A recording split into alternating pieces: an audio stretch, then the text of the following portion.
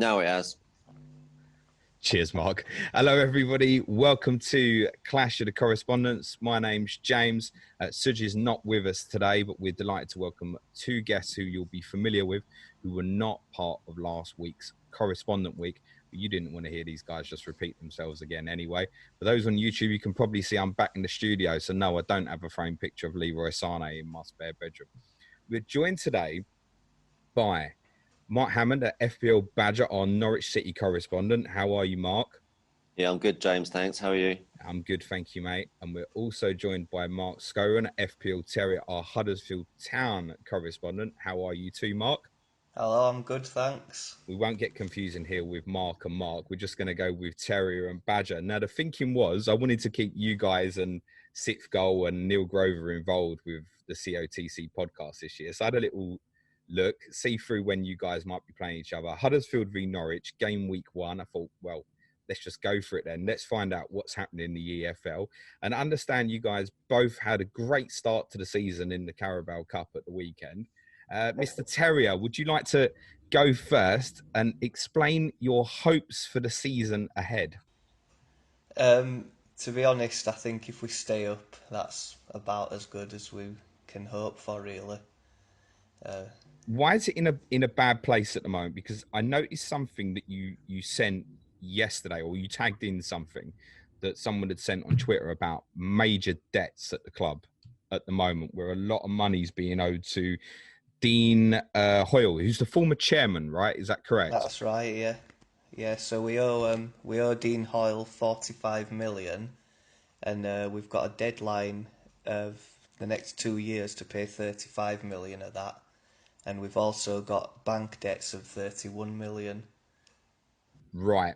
This sounds quite problematic. I suggest you're probably not the only club in the Championship now with financial difficulties, but with that in mind, this suddenly looks like a struggle. And I think you've already said there, you'd be quite happy to stay up in that case, wouldn't you? Yeah, definitely. Is it a different case for yourself, Badger, expecting to come back straight away? Well, we know that league is a bit of a bitch to get out of, and I don't think you can take it for granted that we're going to just walk it at all. The only thing I'd say is, obviously, I think our squad is stronger than last year, which says it all about the recruitment in the last 2 windows. Having said that, I do sort of worry as to what sort of hangover we might have, having lost 12 games on the spin now, including going out the League Cup at Luton on Saturday. Bricky would be happy anyway. He was messaging me straight away, as you'd expect. He should count his lucky stars that his team survived at the end of that season, but fair game to him. And Terrier, who did you get beat by in the Carabao? Rochdale. Nice. Yeah, we never do well in the cup, so we just treat them as friendlies, to be honest. It wasn't a strong side we put out, although I don't think we have one, to be fair. But presumably going out for both of you, we'll start with you, Terry. Is it a blessing just to go out? Yeah, it doesn't really matter, to be honest. We can just focus on trying to stay in the division. And yourself, Badger? I think with us it is this year. It's not a problem for us to go out. I think the only thing that would have been good is for us to sort of our second string throughout the season, if we did progress, is to give some of the fringe players minutes. But aside from that, the main priority is getting back promoted. And for yourself, Terry, obviously with these debts, there's obviously going to be a few sales. I think it's fair to expect. We've heard Carlin Grant strongly linked with West Brom. Do you see that sort of transfer taking place? I think so. I think he wants to leave the club. It's a worrying time, actually. I've just heard Steve Mounier is rumoured to be going back to France. So that's 27 goals last season between them two. That's our top 2 scorers. Bakuna were our 3rd top scorer with 6. He's rumoured to be leaving. If we lost them 3, our top scorer from last season would be Fraser Campbell with 3 goals. Fraser Campbell? He still exists as a footballer? Yeah, 3 goals in 33 last season for us. How did Smith Rowe get on? He was quite highly rated, obviously came to you from Arsenal. How did he get on? Yeah, he was brilliant. He's a really exciting prospect. Do you see him having a chance of breaking through with them this season? Uh, might be a bit early for him. Yeah, he's still quite young, but yeah, he's definitely one for the future. And it feels like, Badger, you've at the moment, you've kept hold of most of your squad. Is that fair to say? Yeah, I think by the time the listeners digesting this, Jamal Lewis will have joined Newcastle, so I think he'll be the first out the door. But in all honesty, I think we was expecting 4 or 5 to go, so we've probably done well to hold on to everyone. But then I think two things with that. Obviously, it's a bit of a confused market at the moment with the COVID situation and you only have to see the variance in the prices between, say, Doherty and Chilwell, say. And I don't know, like, maybe with Jamal Lewis going is going to maybe sort of pinball maybe one or two of the others who sort of think, well, like, now's our time to go. I don't know. I don't think we're going to get as much for these players as we thought we might. And they didn't do themselves justice probably towards the end of the season. So we're looking at them all as brilliant Premier League assets. And in reality, some of them probably weren't. So I'd be happy to even if we only sold one more, I'm surprised that there doesn't seem to be much talk around Brent Deer and Cantwell and Aarons in particular. Very surprising. Aaron's is the really surprising one that I think no one's picked up on yet. But I think you're also right to say, look at what happened with Bournemouth. With Aki went and they went, no, that's it. We're not sending anyone else. Then it was Ramsdale and it was Wilson. Obviously, Fraser was already out of contract. We know at the time of recording, it looks like Aston Villa are trying to get Josh King as well. I think there's others they've got there, like Lewis Cook, may well be getting looked at as well. Yours always felt like, with respect, because you were a distance off in the way you went down, it did feel like the majority of the squad would stay together, probably bar Aarons and Lewis. And looking at it and going, well, okay, Buendia are obviously really creative, but never showed up really with the actual physical attacking returns in terms of goals and assists.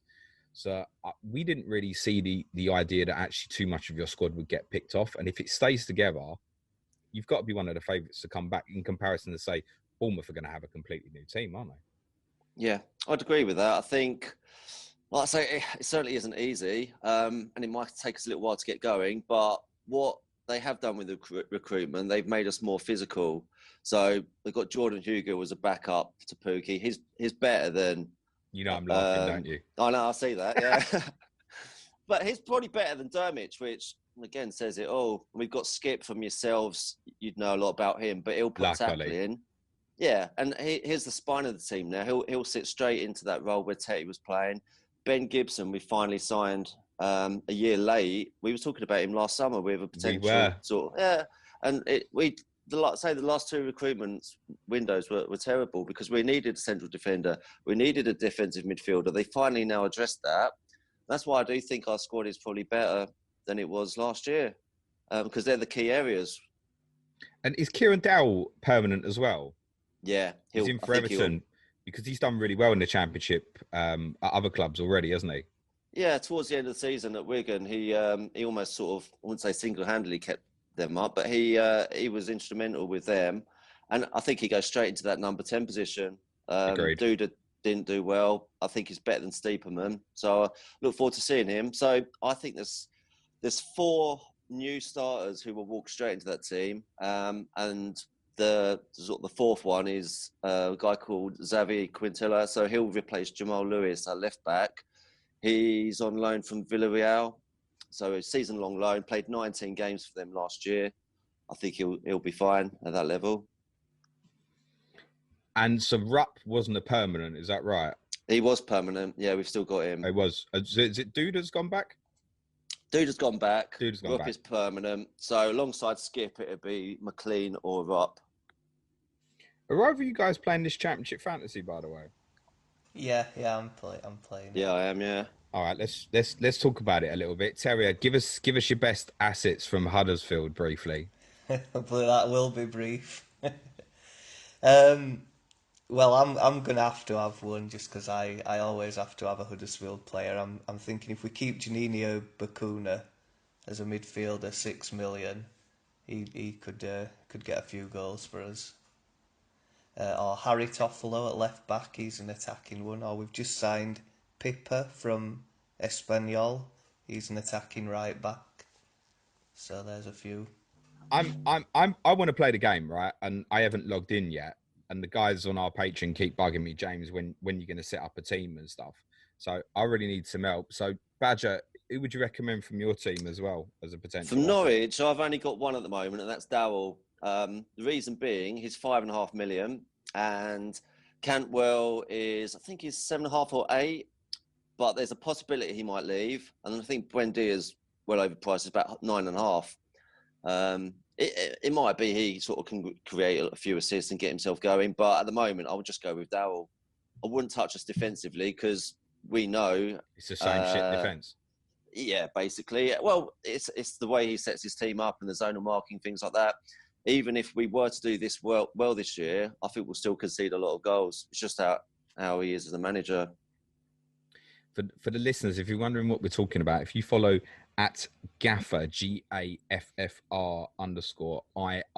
on Twitter, the guys who helped set up the online website for the Champman FPL game was set up a fantasy game based for the Championship this season. Also recommend our good friend Stoke fan Jamie, who's done a Championship Express podcast featuring a look at all the Championship teams ahead of the start of the new season as well. Is there any? I've not even logged in yet, guys. Is there any, Terrier? Is there any standout Championship assets there for that particular game? What, for any team? Any club, yeah. I mean, I keep putting players in and they keep going to Premiership clubs every time. That's got to be part of the problem, isn't it? Yeah, it's a massive problem because I Decore is obviously like Watford, and then obviously as soon as Everton are sniffing around, you think, right, I'm going to put him out, and it's the same with the Brentford boys. Norwich, like I say, you're going to look at a couple of our players, but they might well be on the move, so it's tricky.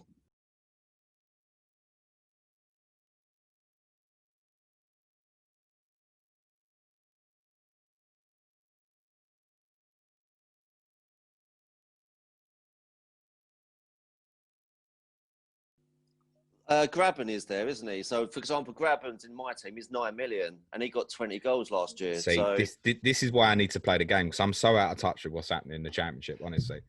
I think his son belongs at Middlesbrough. I'm not 100%. Of course he is. Yeah. I can't fucking edit that out now, can I? What a state. Yeah, of course he's at Borough, isn't he? I tell you who impressed me at the weekend. Spurs played against Watford. Domingos Quina played really well in central midfield. Very nearly scored in the second half as well. I imagine he's probably the one that comes in the team for Decore, assuming that move goes through to Everton. If I can ask you, Terrier, on season tickets, because you guys have obviously both got season tickets at your clubs, respectively. I've not renewed this time. Have you not? Oh, so no. what's the situation there? Is that down to just personal circumstance you've not renewed, or is it frustration of not knowing what's happening? What's the reasoning behind that? Yeah. Well, it's partly down to my financial situation at the moment, but also I don't know if I'm even going to get to go to the games, and also I'm kind of just tired of season after season of shit, to be honest. No, I get that. It's difficult, and if you're saying you sound like you almost resigned, so you're probably, because of the finances and stuff and having to sell players as well, that you're probably going to get relegated. Well, we've had 13 out and 3 in this summer, so yeah, it's not looking good, really. Who do you think you'll be up against at the bottom of that table this season? I think Coventry, Luton, maybe Barnsley. Not sure, really. It's tough to predict. It's the Championship. And we know that. Presumably, it's going to be a difficult season. It's got to be difficult for Wickham, isn't it, coming up to this level? Yeah, Wickham, of course, yeah. Your thoughts of that bottom end, Badger? Have you give it much thought? Or because you could end up down there. You wouldn't be the first or last to fall down 2 leagues in a row. I don't need to see it though. I don't, but it's happened, isn't it? That you look at some of the teams who do finish down the bottom now. A lot of them are ex-Premier League teams who have struggled, like Hull and Huddersfield, obviously. You know, I don't know. I think Coventry might be. I've not seen an awful lot of them. I wouldn't be surprised if there was a dark horse actually and finished a little bit higher. I don't know. I think Wickham will struggle. Not sure. We spoke to FPL coach on the 24-hour stream quite early in the day. He's a Coventry fan, and he spoke to us about the importance of them actually like getting on a good football pitch and being able to play football. I think you're right. I think they might actually surprise a few next year. There's always one or two who sort of like just come out the blue. And usually there's like one team from League One who will actually finish sort of top half or push to the playoffs. So definitely there'll be someone. You did that a few years ago, didn't you? You pushed through the two leagues consecutively, basically. Yeah. So I mean, it has Southampton, yeah, it has been done before. I think if someone was to do that, it would most likely to be Coventry, I would have thought. Who do you see Terrier challenging at the top? I mean, do you, from an outside, do you see Norwich being amongst those at the top of the league? Maybe. I don't know. I'm not sure. I mean, you look at Norwich last season, they didn't do much better than we did in our relegation season. Only picked up a few extra points. So it might be a difficult season, to be honest. What's your hopes realistically, Badger? Are you expecting to push on and get back? Who do you see as the competitors? I think competitors are the teams who are sort of finishing top half every season. So you're looking at Forest, Derby, Cardiff. I think they was 5th, wasn't they? Swansea have had a 10th and a 6th place. I would say Watford, from the teams we went down with. I think Bournemouth, there seems to be a bit too much going on down there. Having said that, both have got new managers. Brentford, I don't know. Brentford, they should do well, but they've got new ground, and they've also got, they might be selling one or two, as we might. It's very, very difficult league to predict because we don't know now. The squads we've got are going to be the ones that when the transfer window slams shut is what we're going to be left with. So I'd be very confident with the squad we've got now, but it's like I said, it's not a walk in the park. It's not. We could finish probably anywhere between 1st and 10th, realistically. Is there something in the club ready to cover for Lewis and Aarons, do you think? I think, yeah. Would be the only two that went. We've pretty much got a whole new outfield team. We've signed 10 players. They chose to back the manager and just change the personnel around. So there's a few fringe players gone out, but we've kept the bulk of the squad. So we've got over 30 pros now. So, yeah, there's plenty of depth there. But they all sound good and they all look good on YouTube, as we've sort of mentioned before. But it's sort of, when it comes down to the crunch, you can only sort of assess them sort of after a few games, 5, 10, 15 games, as to what sort of recruitment they've done and how good it is. You must have, in an odd roundabouts way, when you came up, you knew it was going to be a struggle because you didn't really spend the money and stuff. But now, the flip of it is, it does feel like you're so much better equipped, rather than say, Terrier's gone through the difficulty with the finances now and it looks like it's going to get worse. You feel like you're in a position where you're quite well equipped to come back because it was prudent in the first instance. Although it doesn't feel like Bournemouth or Watford are in a particular, you're not hearing noises of them being in trouble. I mean, Bournemouth are getting a shitload of money in, basically, on transfer fees and stuff. So my instinct from the outside is that the 3 relegated clubs will all do quite well. So I imagine Bournemouth will replace, and it can probably play higher wages than probably the majority of the other clubs in the Championship, actually. I think we get this preset idea that because they're a relatively small club, they won't pay the wages, but a lot of them guys are going to still be earning serious Premier League wages. So it's up to them. If they can still offer to pretty much gamble the majority of Championship players' wages if they want to take them, I should think, for example. So I think they'll still be up and around that level as well. I think Cardiff, Derby, Brentford, Forest, I'm a little unsure about. Cardiff and Derby, if Derby look like they're going to get away with this potential points deduction now, I think that the two of them might push quite close towards the top. But genuinely, Badger, I'd make you one of the favourites, I think, because the majority of that team's still there. Yeah. I think as well, another team, actually, Bristol City, they've done a lot of business in the last couple of days. They've signed Stephen Sessegnon, Chris Martin, Alfie Mawson. There's a lot of stuff, a lot of business going on down there. And I was looking at the odds. They was 40-1 yesterday. They're down to 14-1 now. So, there's obviously a bit of movement there. Isn't Chris Martin the guy from Coldplay? Yeah. Chris Brunt, I think you meant. That was Chris Brunt as well. Chris Martin and Well, 'cause Chris there's a Martin was Chris with us. Martin. There is a Chris Martin footballer, yeah. Is he a big fellow up front? Yeah, plays for Scotland. Yeah, Was he at Derby? yeah. Gotcha. What are you doing with your season ticket, Badger? I renewed it in February. So Norwich are quite crafty, really. We're marketing wise. Yeah, so we do like an early bird season ticket in February where you don't know what league you're going to be playing in, but they put them on sale anyway at a discounted price. So I was just on an auto renewal, and they've released yesterday 8,000. They're going to be looking to trial maybe the second home game of the season. So it's the first weekend, I think, of October. Obviously, it depends on the government and, you know, if they get the local authorities and all that sort of permission granted. But yeah, they're looking at 8,000 fans to be allowed in. We've got 22,000 season ticket holders. So obviously you're looking at maybe 1 in 3, 1 in 4 you're going to be able to get to. So what will happen is if obviously you can apply for a game. If you're successful, brilliant. If you're not, then you're more than likely to get to the next one or the one after that. Any game you don't go to, you get a refund for within 10 days, apparently. So there'll obviously be a bit of money coming back my way from what I've been paying out. Will you guys both pay for the iFollow this year? If I start with you, Terry, is that what your plan is at the moment? Yeah, I'll probably watch on iFollow. Although I'm also going to be following my local non-league side, Ossett United. Probably you can actually go to there. I think it's about level 9 of the pyramid. I think, but you can actually go and watch them. Yeah, I think so. Yeah. Okay.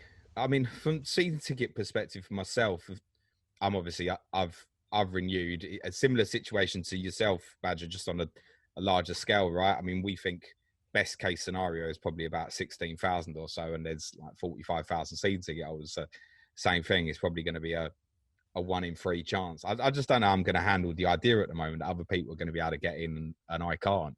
I need to behave and not try and ticket out and stuff. I think that's my first temptation is I need to get a ticket is my first thought. I don't even think there would be an easy way to do that because obviously... No, it won't. It's track and trade, so you won't be able to do it. Yeah. If you obviously need the app on your phone, it needs to match your photo ID, things like that. It won't be an easy thing to get around, I don't think.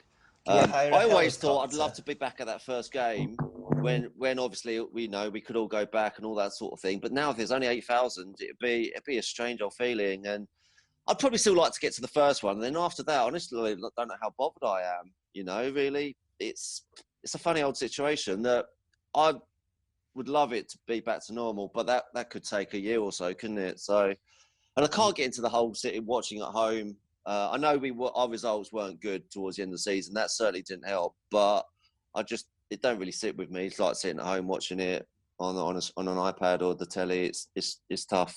All 3 of us would have been used to being at games when the ground's been half empty. I went to a League Cup game between us, Badger, at your place a few years ago. The ground was half empty, and we took about 4,000. There was only about 13,000 in the ground. The reason there was about £30 tickets. That's why it was half empty, and then we got through because I think did we beat you that night? Making excuses. You did win, actually. Yeah. Yeah, and the next round they lowered the prices to about half of that because there was almost like a boycott from us that night because we weren't going to pay that much. I see. And then you got battered by Aston Villa 4-1 when you did get in the ground. Yeah, that's the one. All these things stay in my head. And Terry, you'll be familiar to that as well. I mean, the club, in terms of the way it's developed with the stadium and stuff in the last 20 to 25 years or so, it's a shame it feels like it's on that footing now. But then you've had plenty of times at the stadium where you've had a stand that's not been in use at all, basically, behind one goal and that. So I think we're all familiar with that dead atmosphere. I mean, I had games at Wembley a couple of years ago, a couple of the night games in the second season, 90,000 in the stadium, 30,000 in the ground. You think, oh, great, 30,000. Trust me, it still feels empty. So I think we're all at a risk of it, even if we are allowed, I don't know, 10 to 15% of people back in, we're still going to be stuck with this soulless feeling, I think. It's not going to help. Yeah.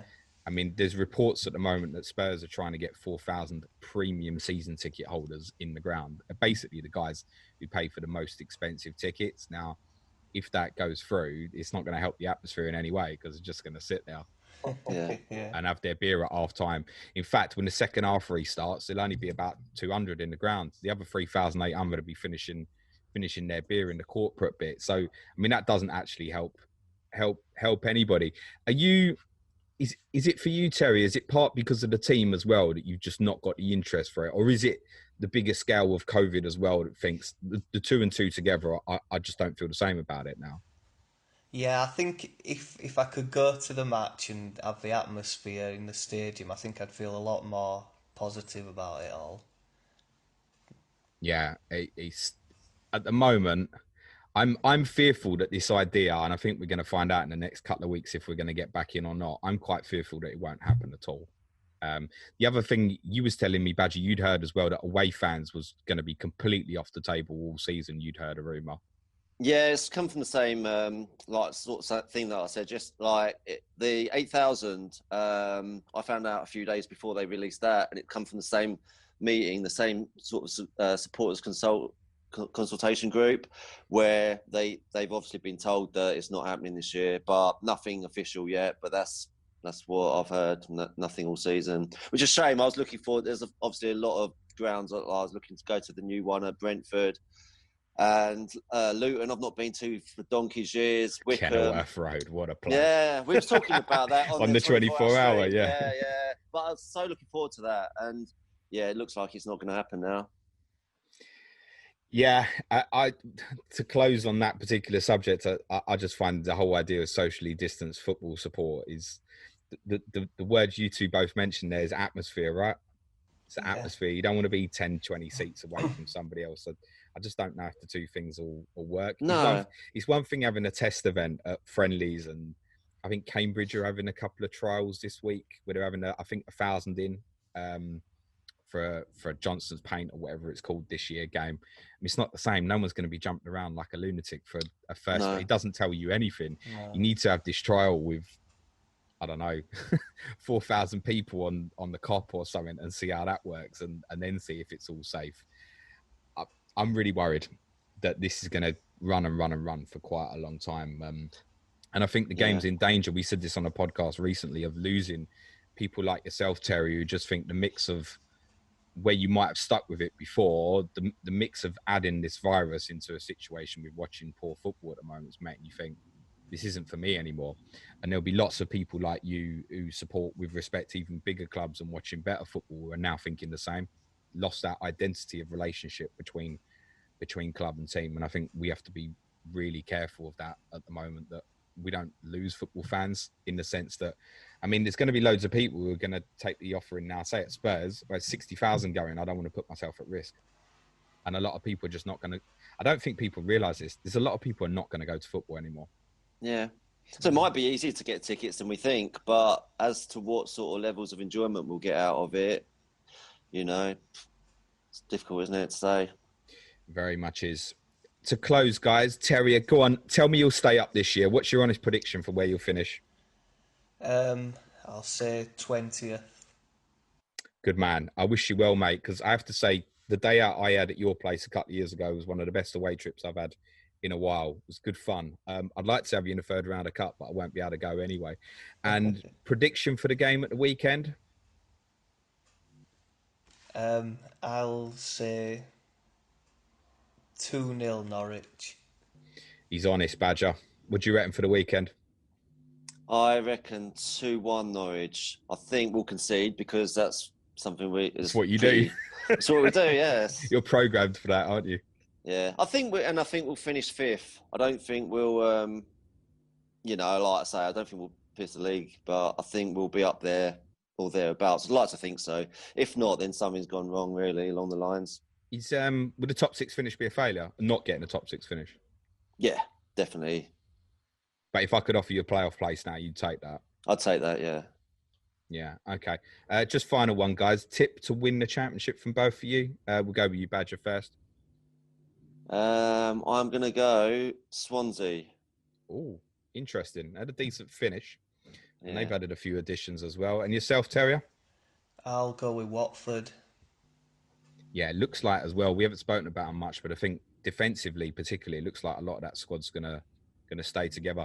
I tell you what they were. We played against them in a friendly at the weekend. They were physical.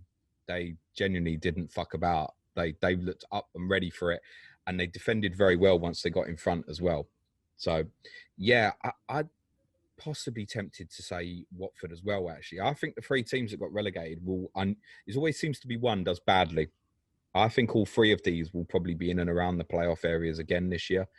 The one I think might break out, if you had to pin me and say who would win it now, I've got a feeling it might be Cardiff, actually, is my instinct. Finish the season well. They're consistent. And a lot of the time in the Championship, that's what it's about, is consistency. Guys, thank you very much for your time. Wish you the very best of luck for the season. In terms of content, I'll be streaming on YouTube my Ask James stream tomorrow. I'll convert it into an audio. My idea at the moment is to wait till the press conferences is done before I do that. So I've got all the information, can start the podcast by sharing that with you. And Saturday, I'll be streaming on YouTube in the final hour before the FPL deadline as well. Mark, thank you very much. You can follow the guys at FPL_Terrier, FPL_Badger. Other than that, all that leaves me to say is be nice to each other. Ciao for now. Cue music, please, man child.